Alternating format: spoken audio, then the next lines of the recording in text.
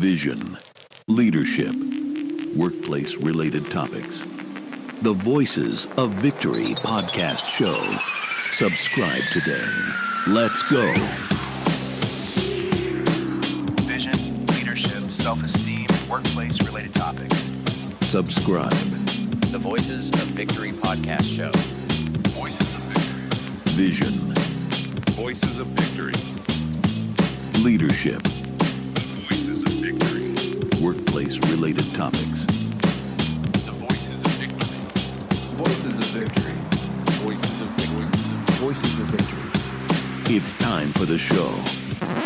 You are now listening to the Voices of Victory podcast show. Ladies and gentlemen, Mario Di Leone. Hello and welcome to Voices of Victory podcast. Once again, I am Mario Di Leone, and today's episode is literally going to be letting go in order to go forward. Let me say that again, letting go in order to go forward. So let's break it all down. And the first thing I want to just say off the bat, and this comes directly from the public speaker Les Brown, I want to credit him. We can't move forward while looking in the rearview mirror. Not in life. It doesn't work that way. Not in leadership either. And certainly not in love. Because here's the truth that no one teaches us in school. Some relationships fulfill themselves. Let me say it again. Some relationships fulfill themselves. They go full circle. They can go full circle. There's a point of completion. There's a point of finish because everything has a start date and everything has an end date.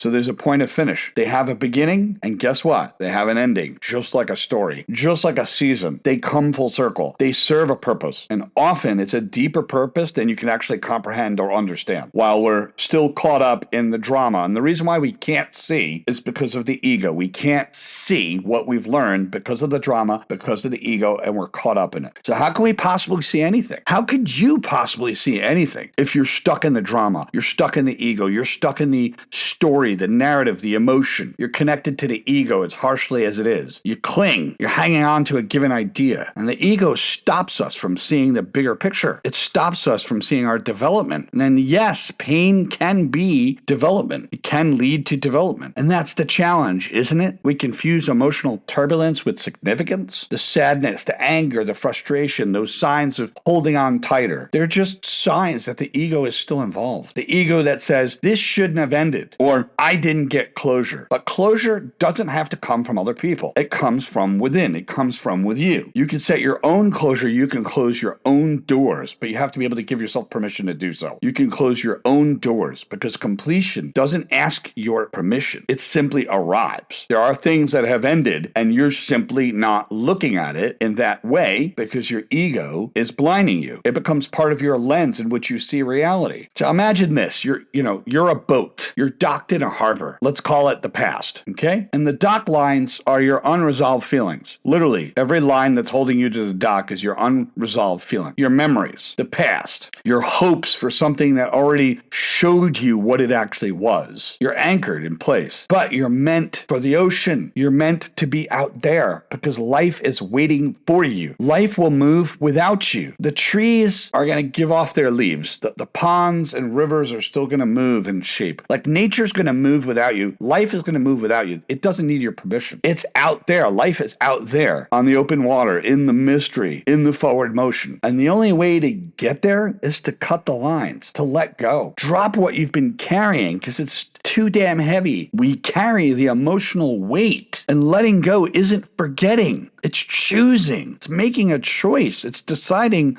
that the space in your emotional closet is too valuable to be cluttered with what no longer fits you, what no longer serves you anymore. You can't welcome any new kind of energy into your life with a full closet. Think of it that way. Psychologists call this emotional displacement. You literally can't make room for new meaning, new memory, new ideas, or even new people until you let go of the old patterns that block the doorway. Nature abhors a vacuum. What do I mean? Well, in physics, this means empty space doesn't stay empty for very long. It pulls in whatever surrounds it. In your heart, in your mind, in your soul, it means when you finally let go, life fills in the new space with clarity, with purpose, with new direction, with new people, and some of which might actually be frightening because you're stepping into a level of uncertainty. And you know what? You could simply have a lighter heart when you start to let go and release things, but only if you release what no longer serves you. So the real question is, what should I learn from this? The question is,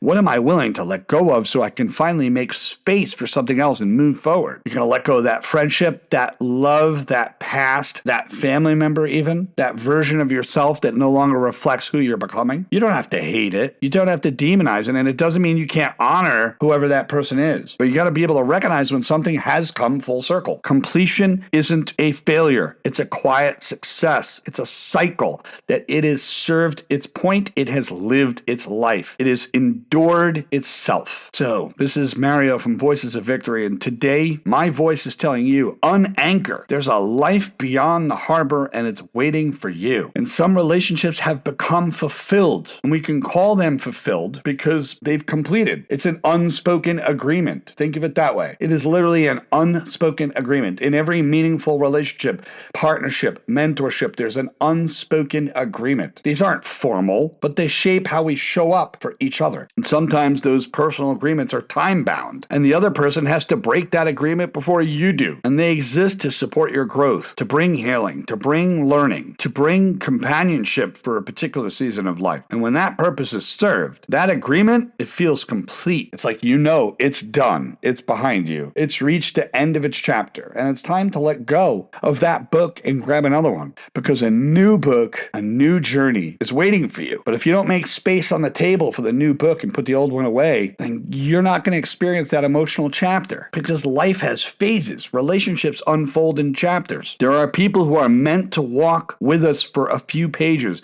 a few years, a few months, and even a single turning point. And when the chapter changes, it doesn't mean the relationship has failed. It means it's served its role. It's done its time. It's that part of the story. It's fulfilled its purpose.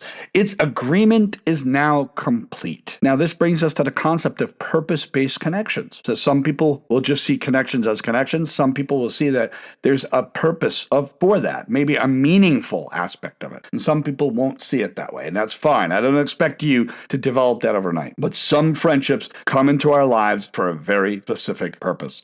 That doesn't mean it's a utility-based friendship. And that's what I want to bring, is that sometimes these people come in your life, you really don't know what it's for. It's not based on utility. It's based on experience. It's based on meaningfulness. Whether it's there to help you guide through grief, guide you to a new transition, or perhaps mirror something, maybe show you something that you actually need to see in your life. It's one that its purpose is fulfilled, and the dynamic can silently shift or dissolve. It's like you're ready to move to the next thing because it fulfilled itself. It's not abandonment, it's evolution. It's interpersonal evolution. People evolve. People are growing, shaping, and changing all the time. And so do relationships. And what once fit naturally may no longer align. And that doesn't invalidate you or invalidate your connection, and it doesn't say anything about your self-worth. It just means both people have moved into new terrain, and sometimes the relational agreement, what we once gave and received, it has been fulfilled. It is completion, not closure. The closure is you when you decide. You decide to close the door and walk through it. We talk about emotional completion more than closure. Completion is an internal sense that something has run its course. It's a knowing that there's nothing more to fix or finish. It's something to honor, say goodbye, and release. This makes space for an emotional truth of having